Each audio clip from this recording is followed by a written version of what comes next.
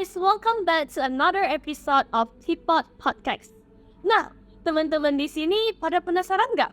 Hari ini kita bakal ngapain ya? Tapi sebelum kita get into that part, aku bakalan gantungin sebentar saja. Karena pertama-tama, aku ingin memperkenalkan diri dulu. Karena tak kenal, maka tak sayang. Kalau udah sayang, nanti mana tahu bisa jadi ya kan? Jangan bilang sama siapa-siapa teman-teman. Jadi, perkenalkan, nama aku Audrey Tamalate, dan saya pada hari ini diberikan kesempatan oleh Teapot Podcast untuk menjadi host bagi episode terbarunya mereka. Terima kasih Teapot. Nah, teman-teman di sini pada sadar gak sih? Akhir-akhir ini cuacanya panas banget. Panasnya itu udah kayak cintaku yang membara untuk Teapot Podcast gitu loh. Jangan kasih tahu siapa-siapa teman-teman. Ada.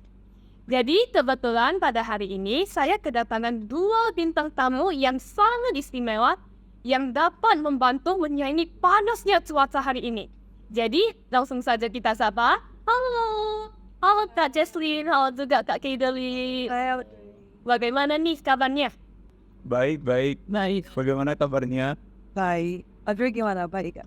Baik dong, karena hari ini kan sudah ada dua bintang tamu sangat spesial ya. Oh ya, sebelumnya, topik kita hari ini adalah curhatan mahasiswa. Jadi, untuk Kideli dan juga Kak Jesslyn boleh curhat-curhat nih sama saya. Nah, pertama-tama boleh dong mungkin dari Kideli sama Kak Jesslyn bisa perkenalkan diri terlebih dahulu. Dari Kideli dulu deh. Ya, jadi nama aku Kedelix dari 22 M1. Jadi aku anak manajemen di UPH Medan Campus. Dan segitu dulu deh ya. Kita dive deeper nanti ya seiring dengan berjalannya waktu. Siap. Dan Kak Jesslyn? Salam kenal, saya Jesslyn Wijaya dari Manajemen Intake the World Global for 20 Award yang soon to be akan menjadi fosil di UPH. Oh iya. Jadi tadi dari Kedelis kan merupakan manajemen nih, Intake 2022. Sedangkan dari Kak Jesslyn merupakan manajemen Intake 2020. Nah, berarti masa perkuliahannya itu kan pasti berbeda ya?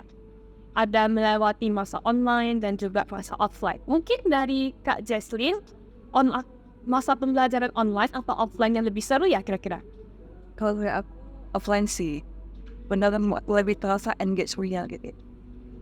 Kalau dari Kedelis sendiri gimana? Setuju sih, karena kita bisa bersosialisasi dengan teman-teman dan bisa belajar bareng. Dan juga proses belajar mengajarnya lebih dapat aja gitu. Jadi waktu proses pembelajaran online atau offline gitu, kira-kira ada kendala nggak yang ditemukan? Oke, mungkin untuk kali ini boleh dimulai dari Kidris dulu deh. Untuk kendala di offline ya? Kedua-duanya. Dua-duanya? Iya. Kalau kendala di online itu lebih ke motivasi diri sih. Soalnya lebih susah ya kayaknya ya Cia. Lebih susah untuk bisa memotivasi diri untuk really engage di dalam kelas, untuk really participate di dalam kelas. Tapi kalau misalnya udah offline, masalahnya bukan lebih ke motivasi, tapi masalahnya itu lebih ke bagaimana kita bisa memaksimalkan. Karena udah offline, bagaimana kita bisa memaksimalkan pembelajarannya. Kalau dari aku gitu sih. Kalau dari Jesslyn?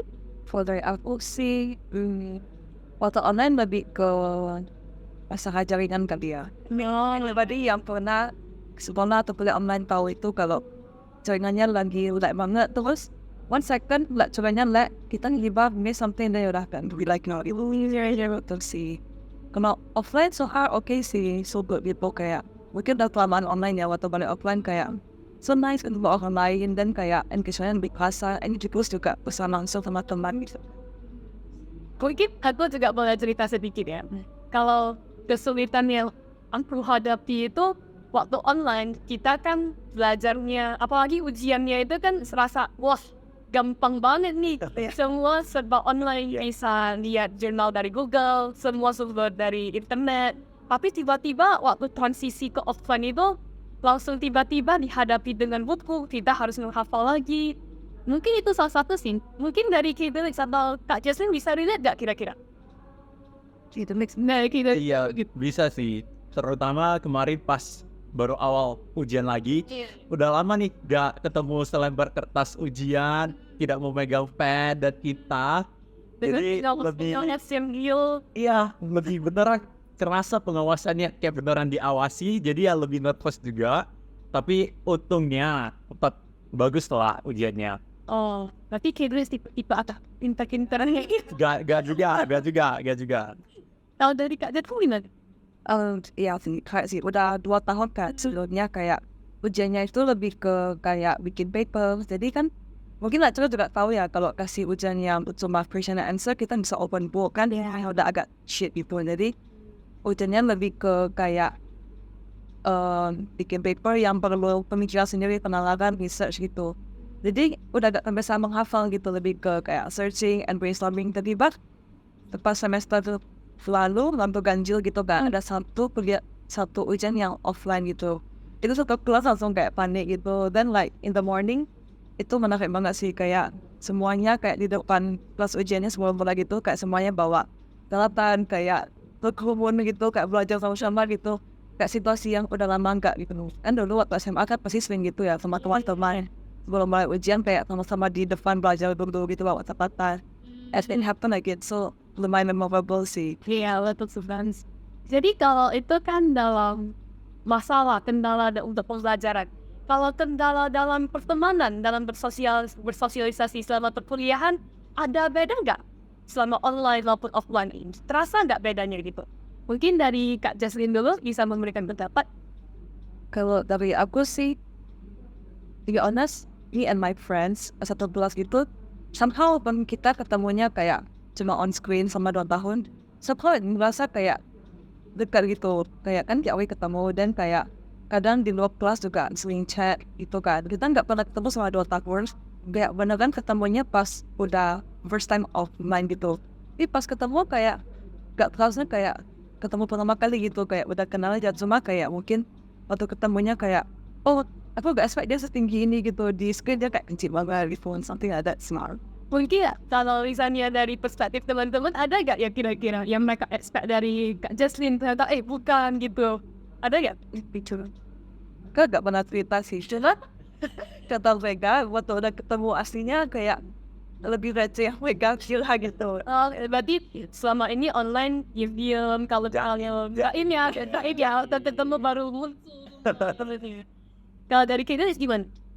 Sama sih, kalau misalnya aku itu kenanya itu pas SMA. Jadi ketika orang bilang SMA is like the best time of your life gitu, kita dia enggak. Soalnya kita 3 tahun SMA itu palingan ketemu setengah tahun terakhir Iya, gitu. betul. Jadi itu beneran teman-teman pas di SMA, kalau dibandingin sama teman-teman pas SMP ataupun teman-teman perkuliahan lebih dekat dengan teman perkuliahan dan SMP. Iya. Jadi kenanya di situ sih. Tapi untungnya waktu udah masuk kuliah kan udah offline. Jadi ya bisa temenan lagi, bisa ketemu teman-teman baru, banyak teman-teman baru di sini. Jadi ya oke lah, it's fine. Ini kan dari orang tua saya sendiri juga ada bilang, kasian banget ya SMA, masa-masa SMA dulu. Padahal biasa masa-masa SMA itu sebenarnya masa-masa terindah bagi para remaja gitu. Tapi ya kebetulan ada pandemi, terus kita ketemu teman-temannya pun palingan cuma ya kayak tadi kita cuma setengah tahun. Jadi gak gitu bisa bonding. Itu pun setengah tahun terakhir adalah masa-masa ujian. Ujian. Gak stres mau masuk universitas mana, ambil apa jurusan. Apalagi waktu itu ada teman-teman yang lagi sibuk SNMPTN, SNMPTN, ujian sana situ. Jadi udah gak kena untuk bertemannya gitu. Kalau tadi pertanyaannya kan soal pertemanan dalam kuliah. Kalau dengan orang luar kira-kira ada nggak kendalanya? Orang-orang di sekitar, bukan teman-teman, mungkin dengan keluarga, dengan kolega, dan gitu-gitu. Mungkin bisa dari Kidris dulu deh pendapatnya. Kalau dengan orang luar itu sama sih, karena secara offline maupun online, aku itu tipe yang terutama pas SMA ya, itu ya masuk sekolah, les, pulang. Iya. Besoknya sama lagi. Jadi orang yang aku ketemu itu teman-teman di sekolah, guru, orang tua, keluarga udah selesai. Kalau di kuliah ya udah offline. Jadi ya dengan orang luar gak terlalu berbeda sih dinamiknya. Berarti Kidris juga berusaha nih untuk gak seperti SMA dulu. Iya. Soalnya ya yang tadi gimana kita memaksimalkan nih kan, karena udah offline ini pastinya banyak opportunity baru untuk berteman, untuk bersosialisasi. Jadi ya ambil aja. Kalau dari Kak Jason gimana? Maksudnya Audrey kayak masa sekarang gitu atau waktu masuk Pola sih selama masa online jalan dengan orang-orang di sekitar. Dari Kak Jason sudah kerja nih? or for nobles. Sebab waktu itu kita anak manajemen kan ada magang. Yeah. Almost like this one. Seperti pengalaman-pengalaman magangnya gitu gimana? Fun sih, kayak tergantung kayak kita di lingkungan apa juga kan. Itu sih waktu magang ketemunya kayak coworkers yang baik banget. They're so welcoming gitu. Jadi it feels nice. Apa juga, it's easy to form connection with them. Jadi dari pengalaman magang Kak Jaslyn gitu, ada gak yang bisa diterapkan selama kehidupan sehari-hari pertemanan di kuliah gitu? Banyak sih. Tahu yang dari dulu gak kepikiran, ternyata bisa gini tuh ya. Ada gak kira-kira? Kalau tentang profesional sih lebih ke ini kan makanya di HR kan, HR Department Human Resources. Jadi banyak interaksi sama orang lain gitu. Nah, sama magang itu we pay attention kalau kita harus lebih inisiatif, misalnya orang butuh bantuan gitu, tahu bantuan, dan be friendly to everyone karena kan HR itu pasti harus friendly ke semua orang. Kan? Karena berkaitan sama pekerja gitu. Jadi ya gitu sih, lebih suka sama jangan ragu buat jadi hamba ke orang-orang sekitar kita. Oke. Jadi dari Kak Jaslyn sama Kak Grace ada tips and trick tertentu nggak kira-kira bagi teman-teman yang mungkin kesulitan baik sisi online atau offline gitu dalam pertemanan maupun dalam kehidupan sehari-hari gitu. Ada tips and tricknya nggak? Mungkin boleh dari Kak Grace dulu deh. Aku setuju banget sih sama tadi yang si Jaslyn bilang itu tentang yang pokoknya ramah aja sama SKSD aja.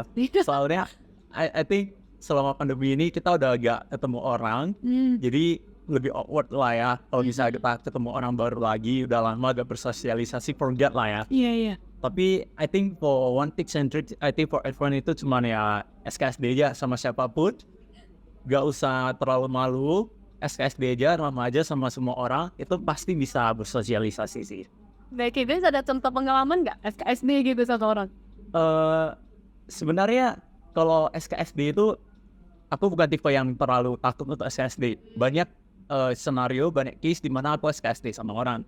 Dan itu karena mama aku itu tipe orang yang SKSD banget. Jadi gua tidak jatuh dari pohonnya, jadi anaknya juga suka SKSD dengan orang-orang.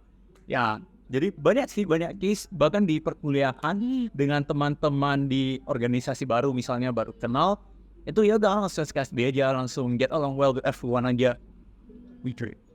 And it works well for you.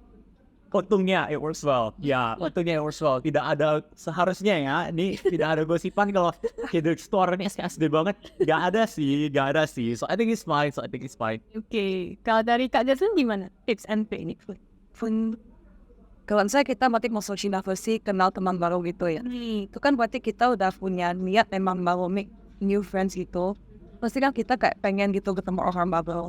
Just let that keinginan to show gitu, kayak misal ketemu orang baru, let them know kayak you're excited to see them, kayak jadi show it in your face, kayak when greet them kayak just show your best smile, terus kayak genuinely ask them kayak ask a questions kayak kenalan, terus kayak tanya gimana nih kabarnya. And kalau saya itu udah teman sepuas gitu, nah mau lebih dekat lagi itu kayak maybe also like misalnya kita discuss tentang project kelas gitu, kayak tanya butuh bantuan nggak itu dan ya gitu sih, genuinely be interested in someone, itu pasti kayak kalau orangnya merasa kita memang yang baik, friendship can work. Seperti banget sih di bagian SKSD gitu, karena aku juga dulu ada pengalaman selama online kan nggak pernah ketemu orang, jadi di rumah pun udah kayak gimana ya, Introvert. Iya, lebih introvert gitu. Jadi waktu masuk perkuliahan offline, wah, ketemu manusia-manusia gini. Banyak lagi. Jadi waktu itu aku juga ada kepikiran, wah gak mau nih, udah kayak SMA dulu lagi. Makanya dari itu mulai aktif ikut oprek sana sini. Dan ada satu cerita di mana yang membuka peluang pertama aku itu waktu aku ikut open recruitment untuk SLCAP. Waktu aku ikut open recruitment SLCAP itu, aku sebenarnya apply menjadi license officer sama Gardier tuh. Tapi dari BEM sendiri ternyata menempatkan aku di MC. Nah, itu adalah first step bagi aku. Karena dari situ, aku sendiri jadi ketagihan nih. Berarti ada oprek lain ikut juga. Ikut jadi MC. Dan terakhir berhasil gitu. Kemudian habis itu, aku juga berani untuk ikut ambassadors, ketemu teman-teman baru ya kan. Ya ternyata juga sangat luar biasa gitu. Jadi menurutku SKSD gitu memang satu hal yang sangat, ya mungkin bagi orang lain dengar, apa sih SKSD gitu ya kan.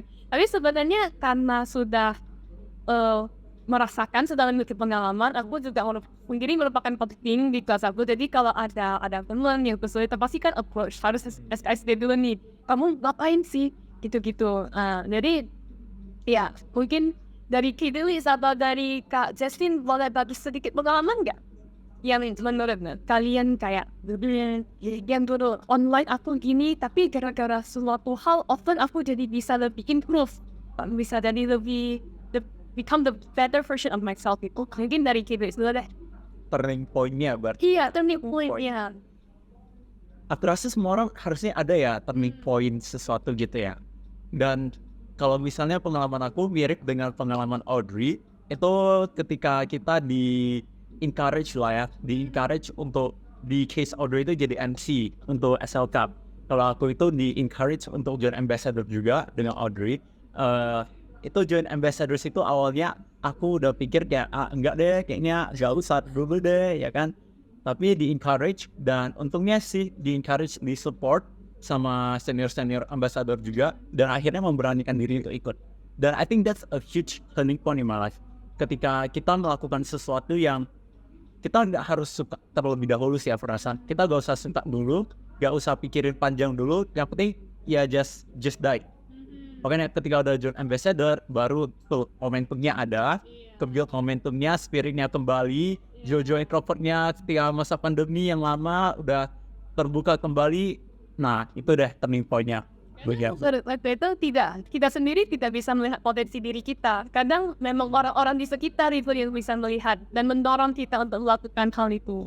Padahal jadi MC, jadi host bagus ya kan? Iya. Ya. Tapi kan sebenarnya sebelum itu nggak pernah kepikiran mau jadi hal-hal, mau mengikuti hal-hal seperti itu. Tapi ternyata orang-orang di sekitar yang memperhatikan hal tersebut dan mendorong kita gitu. Itu pentingnya lingkungan sih ya. Iya. Pentingnya lingkungan. Ada Kak Jesslyn ada kayak turning point gitu. Kalau tapi turning point sebenarnya gak ada sih, kayak kalau back in gitu gak ada satu turning point besar yang kayak big change gitu kan.